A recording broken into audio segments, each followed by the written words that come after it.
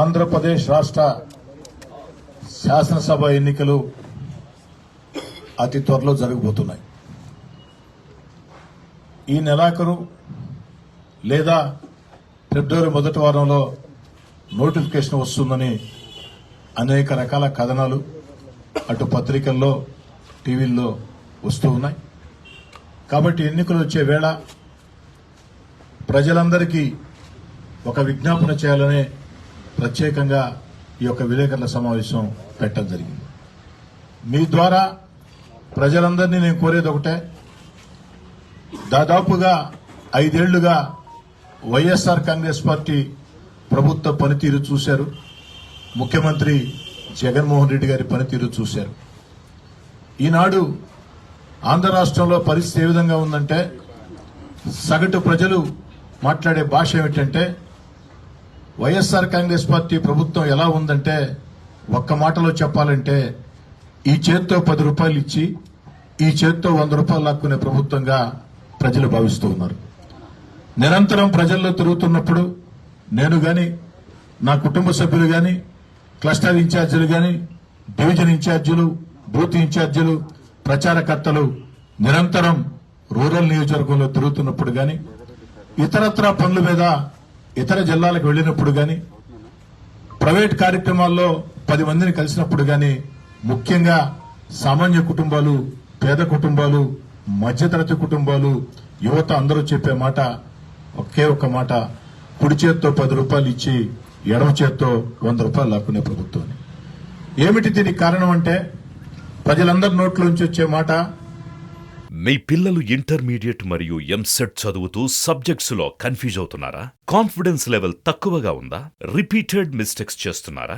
అయితే మీకోసమే ఉంది Rise app. 1 lakh question bank, performance analysis, online classes by experts, ఇంకా మరెన్నో ఫీచర్స్ తో మీ ముందుకొచ్చింది Rise. Rise, the perfect guide. Description లో ఉన్న లింకును ఉపయోగించి సబ్స్క్రైబ్ అవ్వండి. కూరగాయల ధరలు పెరిగాయి, నిత్యావసర వస్తువుల ధరలు పెరిగాయి, కరెంటు ఛార్జీలు అయితే మామూలుగా కరెంటు తీగలు పట్టుకుంటే షాక్ కొడతాయి. ఆంధ్ర రాష్ట్రంలో కరెంటు షాక్ కొట్టాలంటే తీగలు పట్టుకోబడలేదు. నెల నెల జగనన్న మనకిచ్చే కరెంటు బిల్లులు పట్టుకుంటే చేతులు షాకు, గుండె దడ అనే పరిస్థితి. 1 కాదు, 2 కాదు, 3 కాదు. ఇసుక ధర తీవ్రంగా పెరిగిపోయింది. భవన నిర్మాణాలు గాని, లేదా ఒక రోడ్డు, ఒక కాలవో, లేదా ఒక చిన్న ఇల్లు, ఒక గోడో ఏదైనా కట్టుకోవాలంటే, ఇసుక కావాలంటే కళ్ల ముందు ఇసుక కనిపిస్తున్నా కూడా 6,000, 6,500, 7,000 అన్నాడు తెలుగుదేశం హయాంలో ఉచితంగా ఇసుక ఇచ్చిన పరిస్థితి. అన్నిటికీ మించి SC, ST, BC, minority corporation లో వ్యాపారాలు చేసుకునేదానికి రుణాలు మంజూరు చేసేవాళ్లు ఈనాడు ఆ యొక్క SC, ST, BC, minority corporation లో ఎలాంటి రుణాలు వ్యాపారాలకి మంజూరు కాని పరిస్థితిని కూడా ప్రజలు మొత్తం కూడా గుర్తు చేస్తూ ఉన్నారు. ఆటో కార్మికులైతే ఎంత దారుణంగా మాట్లాడుతున్నారంటే, మా ప్రాంతంలో 100 ఆటోలు ఉంటే 10 ఆటోలకి ఆ యొక్క ఆటో మిత్ర సంవత్సరానికి 10,000 వస్తుంది. కానీ 100 ఆటోలకి ఆ సంవత్సరం దాటే లోపల ఒక్కొక్క ఆటోకి 12,000, 13,000 పెనాల్టీలు వేసే పరిస్థితి. అంటే ఈ చేత్తో 1,00,000 ఇచ్చి ఈ చేత్తో 12 లక్షలు లాక్కునే పరిస్థితి అని చెప్పని. అన్నిటికీ మించి అన్నా క్యాంటీన్, నిన్న 4 ప్రాంతాల్లో ఆత్మీయ సమావేశాలు జరిగితే ప్రజల్ని కలిసేదానికి వెళితే వాళ్ళ నోట్లోంచి వచ్చిన మాట, అయ్యా పేదవాడి ఆకలిని తీర్చే అన్నా క్యాంటీన్లు మూసివేయటం ఎంతవరకు సమంజసం? రేపు చంద్రబాబు గారు ముఖ్యమంత్రి అవుతారు, రాష్ట్రంలో తెలుగుదేశం పార్టీ, జనసేన అధికారంలోకి వస్తుంది, మేము సిద్ధంగా ఉన్నాం ఓటేసేదానికి. అధికారంలోకి వచ్చిన వెంటనే అన్నా క్యాంటీన్లు ప్రారంభించమని ప్రజల్లో వచ్చిన కోరిక. నిన్న సాయంత్రం ఒక మహిళ అడిగింది ఆత్మీయ సమావేశంలో, పక్కనుండే తమిళనాడు రాష్ట్రంలో జయలలిత అమ్మ క్యాంటీన్ పెడితే స్టాలిన్ గారు ముఖ్యమంత్రి అయిన తర్వాత జయలలిత గారు పెట్టారు కదా అని ఏమాత్రం భేషజాలకు పోకుండా, అమ్మ క్యాంటీన్ అనేది పేదవాడి ఆకలిని తీర్చే క్యాంటీన్ ఖచ్చితంగా ఉండాలని అమ్మ పేరుతోనే, అమ్మ క్యాంటీన్ పేరుతోనే ఆ యొక్క నిర్వహిస్తూ ఉన్నారు. ఆంధ్ర రాష్ట్రంలో అన్న ఎన్టీఆర్ పేరుతో క్యాంటీన్లు పెట్టారు. ఒకవేళ ఆ పేరు జగన్ గారికి ఇష్టం లేకుంటే జగనన్న క్యాంటీన్ పెట్టి నడిపొండొచ్చు కదా. అలా కాకుండా ఈ యొక్క అన్న క్యాంటీన్ మూసివేసి పేదవాడి కడుపు కొట్టడం ఎంతవరకు సమంజసమైన పరిస్థితి. అంతేకాదు రంజాన్ తోఫా గాని, క్రిస్మస్ కానుక గాని, సంక్రాంతి కానుక గాని వచ్చే పరిస్థితి లేదు. ఆర్టీసీ ఛార్జీలు ఎన్ని రెట్లు పెరిగాయో తెలియదేం కాదు. అదేవిధంగా భూములు అమ్మాలన్నా కొనాలన్నా కూడా రిజిస్ట్రేషన్ ఛార్జీలు 1 కాదు, 2 కాదు, 3 కాదు, ఏ మూలకెళ్లినా ఎక్కడికి వెళ్లినా ప్రతి ఒక్కరి నోట్లోంచి వచ్చే మాట అధిక ధరలు, అధిక పన్నులు.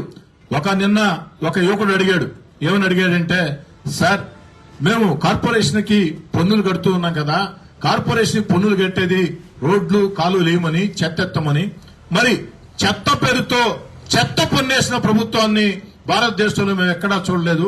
ఒక ఆంధ్ర రాష్ట్రంలో వైఎస్ఆర్ కాంగ్రెస్ పార్టీ ప్రభుత్వమే, జగన్ గారి ప్రభుత్వమే చెత్త మీద పన్నేసినటువంటి పరిస్థితి. ఇంకా ఉద్యోగస్తులైతే 1 కాదు, 2 కాదు, పారిశుధ్య కార్మికులు గాని, అంగన్వాడీ కార్యకర్తలు గాని, అదేవిధంగా మామూలు ఉద్యోగస్తులు గాని ప్రతి ఒక్కరిలో కూడా ఒక తీవ్ర అసహనం. అంతేకాకుండా ఈరోజు అంగన్వాడీలు గాని, పారిశుధ్య కార్మికులు గాని మొత్తం ఈదుల్లోకి వచ్చే పోరాటం చేస్తుంటే మానవతావాదంతో వాళ్ళని కూర్చోబెట్టి చర్చలు జరిపి వాళ్ళ సమస్యల పరిష్కారం చేయకుండా ఏదైతే సమగ్ర సర్వశిక్ష అభియాన్ ఉద్యోగులు కానీ ఇవన్నీ కూడా వాళ్ళు కొత్తగా కోరికలు కాదు.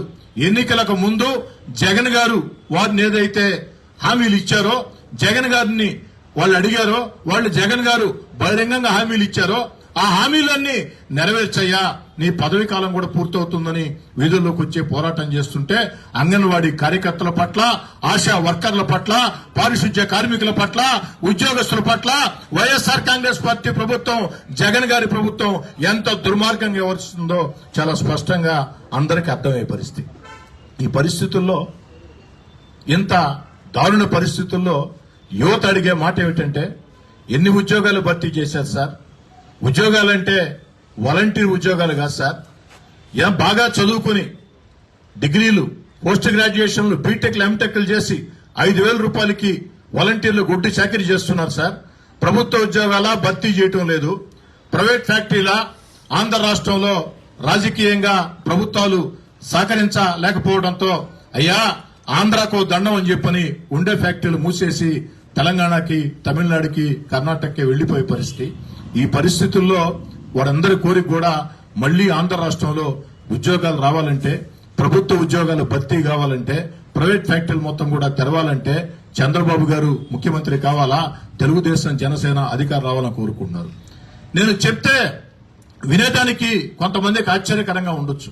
ఈ మధ్య ఒక 6-7 మంది వాలంటీర్లు వచ్చి నన్ను కలిశారు. మేము వాలంటీర్లు సార్ అని కలిస్తే ఇంటికి వచ్చారు, కలిశారు. వాలంటీర్లు సార్ అంటే నేను అనుకున్నాను, వాళ్ళు వాలంటీర్లుగా ఉండి నేనా వైఎస్ఆర్ కాంగ్రెస్ పార్టీకి దూరంగా జరిగిన ఎమ్మెల్యేని, తెలుగుదేశం పార్టీ నెల్లూరు రూరల్ నియోజకవర్గ ఇన్ఛార్జిని, ఇంత ధైర్యంగా వచ్చారా, ఏ వ్యక్తిగత సమస్యనని ఏంది అడిగినప్పుడు వాళ్ళు చెప్పినటువంటి మాట ఏమిటంటే, వాలంటీర్లు సార్ మేమందరం కూడా బీటెక్లు చేశాం, డిగ్రీలు చేశాం, మంచి చదువులు చదువుకున్నాం, కానీ ఉద్యోగాలు లేక, ఉద్యోగాలు ఎక్కడి నుంచి వస్తాయి సార్? ప్రభుత్వం ఉద్యోగాలు భర్తీ చేయటం లేదు. 100 ఉద్యోగాలుంటే 1 ఉద్యోగం భర్తీ చేస్తూ ఉన్నారు. ప్రైవేట్ ఫ్యాక్టరీల ఆంధ్ర రాష్ట్రంలో పరిస్థితులు బాగాలేక ప్రభుత్వాలు వాళ్ళని వేధిస్తుండటంతో వైఎస్ఆర్ కాంగ్రెస్ పార్టీ ప్రభుత్వం మీద కోపంతో ఫ్యాక్టరీలు మూసేసి ఇతర రాష్ట్రాలకు పోతూ ఉన్నారు. మేము 5,000 రూపాయల కోసం ఒడ్డు చాకరీ చేస్తున్నాం సార్. మా చేత అనేక రకాలైనటువంటి కార్యక్రమాలు చేస్తూ ఉన్నారు. మా అందరి కోరిక ఒకటే సార్, వాలంటీర్లకు అందరూ కూడా మేము చెప్తున్నాం, 5,000 రూపాయల జీతంకే జీవితకాలం పనిచేసే ఈ వైఎస్ఆర్ కాంగ్రెస్ పార్టీ ప్రభుత్వం మనకొద్దు. వైఎస్ఆర్ కాంగ్రెస్ పార్టీ ప్రభుత్వం మళ్లీ అధికారంలోకి వస్తే మనం ఎప్పటికీ 5,000 రూపాయల జీతంకే పనిచేయాల్సిన పరిస్థితి, ఉద్యోగ భద్రత లేని పరిస్థితి. అదే తెలుగుదేశం పార్టీ అధికారంలోకి వస్తే, తెలుగుదేశం జనసేన అధికారంలోకి వస్తే, చంద్రబాబు గారు ముఖ్యమంత్రి అయితే మన అందరికి కూడా ప్రైవేట్ ప్రభుత్వ రంగాల్లో ఉద్యోగాలు వస్తాయి. ఆ ఉద్యోగాల్లో వాలంటీర్లు కూడా ఉంటారు, వాలంటీర్లకి మంచి ఉద్యోగాలు వస్తాయి అన్న మాట మేమందరం చెప్తున్నాం సార్ అని చెప్పని. నా నిజంగా ఒక పక్క ఆశ్చర్యం, ఒక పక్క సంతోషం. ఎందుకని చెప్తున్నానంటే, మనం అనుకుంటాం పాపం ప్రజలు ఏం మాట్లాడలేరు, కానీ ప్రజలు బహిరంగంగా మాట్లాడకపోవచ్చు.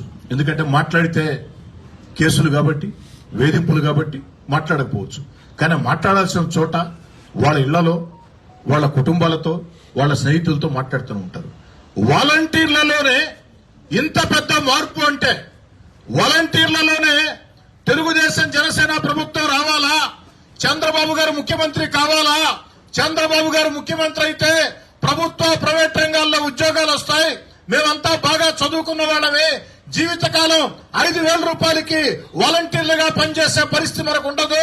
మనందరికీ మంచి భవిష్యత్తు ఉంటుందని వాలంటీర్లే చంద్రబాబు గారి మీద అంత నమ్మకంతో మాట్లాడుతూ ఉన్నారంటే నిజంగా నాకు చాలా ఆశ్చర్యం వేసింది. అది పరిస్థితి నాడు. కాబట్టి ఈ పరిస్థితుల్లో ఏదైతే సంక్షేమ కార్యక్రమాలు, అభివృద్ధి కార్యక్రమాలు, మన బిడ్డలకు ఉద్యోగాలు ఇవన్నీ కూడా రావాలంటే రాష్ట్రంలో తెలుగుదేశం జనసేన అధికారంలోకి రావాలా, చంద్రబాబు నాయుడు గారు ముఖ్యమంత్రి కావాలా అన్న భావన ప్రజల్లో బలంగా ఉంది. ప్రజలందరూ కూడా నేను మనవి చేస్తూ ఉన్నా, ఈ ఎన్నికల్లో ఎవరిని వాళ్ళు మనం అందరం కూడా ఆంధ్ర రాష్ట్రం ముందుకు సాగాలంటే, అభివృద్ధి పదంలో ముందుకు సాగాలంటే సంక్షేమ పథకాలు, అభివృద్ధి కార్యక్రమాలు, మన బిడ్డలకు ఉద్యోగాలు, ఏదైతే రాజధాని లేని రాష్ట్రం ఆంధ్రప్రదేశ్ ఈనాడు దేశంలో ప్రతి రాష్ట్రానికి కూడా రాజధాని ఉంది. ఆంధ్రప్రదేశ్ రాజధాని లేదు. ఆంధ్రప్రదేశ్ రాజధాని ఉండాలా? అమరావతి ఏకైక రాజధానిగా అభివృద్ధి చెందాలంటే చంద్రబాబు గారి నాయకత్వాన్ని ఏ విధంగా మీరు కోరుకుంటున్నారో మీరు వీధుల్లోకి రావాల్సిన సమయం ఆసన్నమైంది. మీరు వీధుల్లోకి వచ్చి జెండాలు పట్టుకోమని నేను చెప్పటం లేదు. ఈనాడు సోషల్ మీడియా ప్రతి ఒక్కరి చేతుల్లో ఉంది. అందరి వద్ద ఫోన్లు ఉన్నాయి. సోషల్ మీడియా అలవాటు ఉంది. కాబట్టి తెలుగుదేశం జనసేనకు మద్దతుగా మీ సోషల్ మీడియాలో వేదిక చేసుకుని స్పందించండి. ఆంధ్ర రాష్ట్రాన్ని మనం అందరం కాపాడుకోవాలా? ఎవరికి వారు ప్రజలు అనుకూలంగా ఉన్నారు, ఖచ్చితంగా తెలుగుదేశం అధికారంలోకి వచ్చేస్తుంది అన్న నిర్లిప్త ధోరణితో కాకుండా ఎవరికి వాళ్ళు ఎన్నికల సమయం ఆసన్నమైంది కాబట్టి ఎన్నికల నోటిఫికేషన్ ఈ నెలాఖరు మొదటి వారం వచ్చే పరిస్థితి ఉంది. కాబట్టి ఇక అధికార పార్టీ నాయకుల దురాగతాలు సాగవు. అధికారులు కూడా సహకరించరు. అధికారులు కూడా చాలా మార్పు వచ్చిన పరిస్థితి. అనేక మంది ఉన్నతాధికారులు కూడా రాబోయే పరిస్థితిని గమనించి ఎక్కడికక్కడ అందరూ కూడా తెలుగుదేశం జనసేన నాయకులతో నిరంతరం సంబంధాలు పెట్టుకుని ఉన్నారు. కాబట్టి వారందరినీ కూడా ప్రజలందరినీ కూడా కోరుతూ ఉన్నా, మీరు విధుల్లోకి రండి. ఆంధ్రప్రదేశ్ ఏకైక రాజధాని అమరావతి. ఆంధ్రప్రదేశ్ లో సంక్షేమం, అభివృద్ధి కార్యక్రమాలు, మన బిడ్డలకు ఉద్యోగాలు ఏకతాటిగా సాగాలంటే ఆంధ్ర రాష్ట్రంలో చంద్రబాబు నాయుడు గారిని ముఖ్యమంత్రి చేసుకోవాలా అన్న భావన, తెలుగుదేశం పార్టీ జనసేన గెలిపించాలన్న భావన మీలో ఎంత బలంగా ఉందో ఖచ్చితంగా దాన్ని సాకారం కావాలంటే మీరందరూ కూడా ఎవరికి వాళ్ళు విధుల్లోకి రావాలని కోరుకుంటూ ఉన్నారు.